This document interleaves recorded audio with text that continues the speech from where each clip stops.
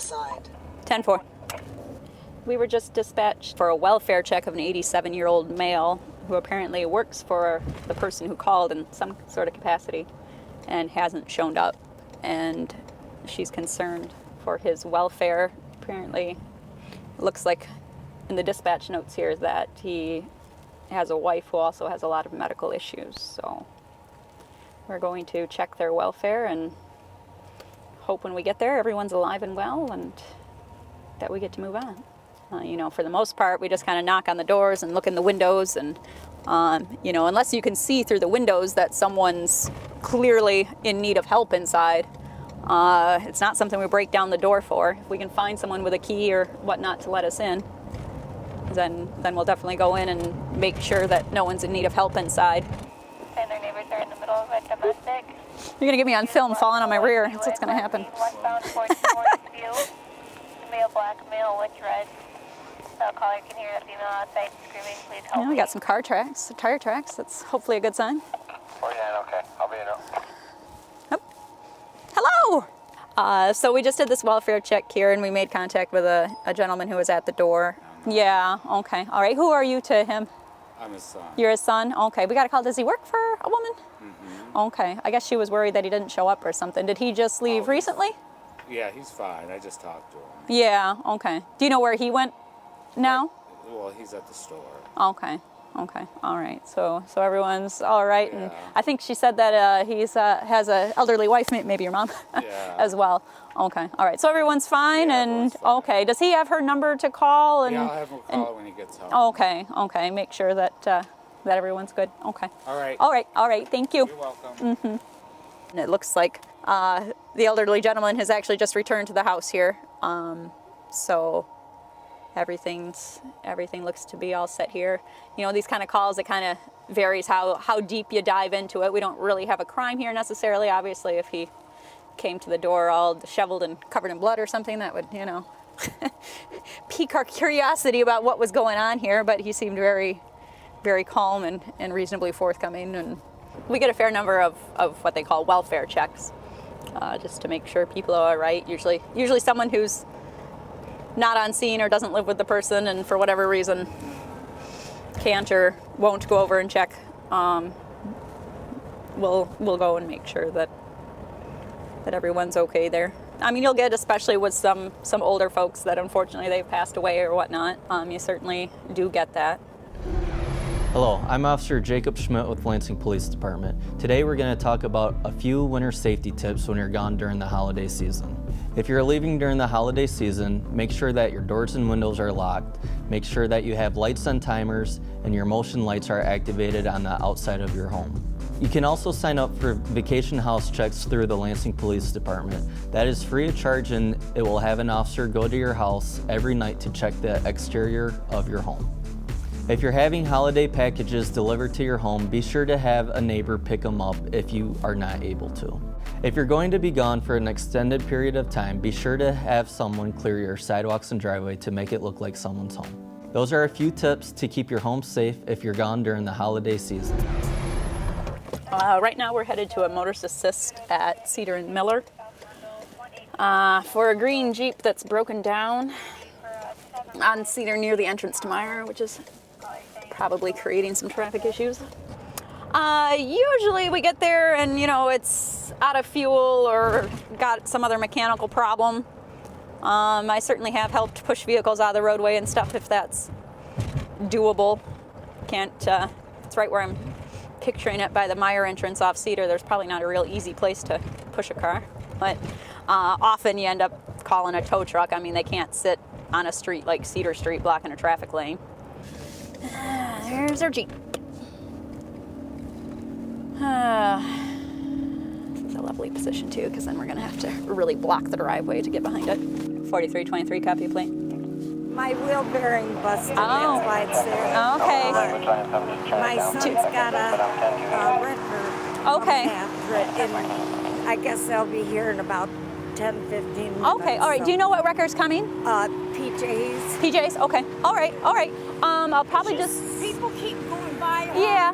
Oh boy. Yeah. I'm like, you guys, you can't do nothing. Leave her alone. Yeah. I'll sit with you a minute here. You know, as long as nothing too crazy ends up going out there, and you know, just kind of block traffic a bit so that we don't have an incident. PJs, you said, right? Okay, I'll have my dispatch call them and see if maybe they can step it up. Thank you.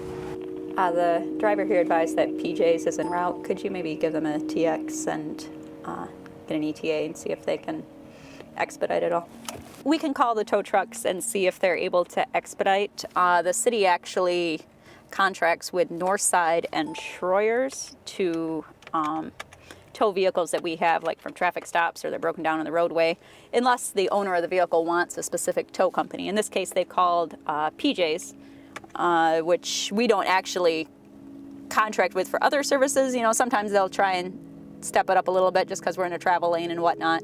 And I imagine that PJs will make an effort, often on a motorist assist or situation or traffic accident. Vehicles inoperable will give people a ride home or to someplace nearby, not just leave them stranded on the road. So I should have thought to ask her that earlier, but it sounds like she's said she's going to ride with PJs to wherever they're taking her car. So she's all set. We'll pull a quick traffic stop here. 43 traffic. Pulling into the parking lot, 5303 South Cedar. Hi, sir. How you doing? Well, pretty good. I work here. Oh, do you? You're so close. What's up? Well, I'm Officer Wilson of the Lansing Police Department. The reason I stopped you is you got a brake light out, and it looks like your tag's pretty expired too from like February. It's a yellow tag. Oh my. Do you have? Do you have your license? Okay. Well, I'll double check. I didn't have time to run it and see if it's current. Maybe it's just got the wrong color on it there. It might be. I don't know. If you have your license, insurance, and registration with you. Here we are. What? December? Already? Yeah. Almost time to renew again. Oh my God. All right. Just hang tight here, and I'll be back with you. Okay? Thank you. So I pulled this car over. It's got the expired tab. They should be orange now, and he's got a brake light out on the passenger side. So I pulled him over on a traffic stop, and now we're just verifying. It's expired from February. That is way expired. Can't imagine he hasn't been pulled over before today. That is a massively expired plate. So what I am going to do is actually write him a fix-it ticket for the tail light, failed to maintain equipment. I'm not a big ticket writer. I generally kind of have a philosophy that, you know, I call it the rule of two. If I pull you over for something and you got a second violation, I'll write a citation for one of those things. And, you know, if it's only one issue, like if he only had the brake light out, you know, I'd probably just give him a warning and tell him he needs to get it fixed. He's got another issue with his registration, and it is in fact expired. I recall the days of being a poor college student and eating rice for a week because I got a ticket for something and had no money to pay for it. So I usually don't hammer people too bad, but at the same time, it is kind of an expected part of the job that you're going to write some tickets, so got to find a balance. So I'm going ahead and tell this to print here, and I've got this printer right under the armrest in the car. It's like some sort of thermal paper, and it should print off. Uh-oh. I'm going to tease you about this forever. Oh, come on, Paige. Tough break. All right, so here's the situation. I did write a citation, but what I did was do it for the brake light. So what you can do is if you get that fixed and show it to an officer within 14 days, you can sign the back, send it to the court. There's no fine or anything, okay? I gave you a warning for the registration. It is expired, and it is way expired from February 2018. So you gotta get that caught up, okay? No, I'll take it up tomorrow. But the registration is just a warning. As far as this ticket's concerned, you don't have to do anything for the registration, just the brake light, okay? Sure. So just bring it over to. Yep, you could stop by our operations center. Any officer in the state of Michigan could sign off on it. If you run into a trooper or county deputy or anyone can. But we won't respond to an address specifically to sign off on it. So. No, I can go there. No problem. But make sure you get that done within the 14 days. And if you have any questions, you can contact the court, or there's even you can go online and you can take care of it there as well. Okay. All right. So I can just go to Secretary of State. I should be able to get that all. Yeah, to get the registration and stuff figured out. Yep. Okay. Thank you very much. All right, no problem. You take care.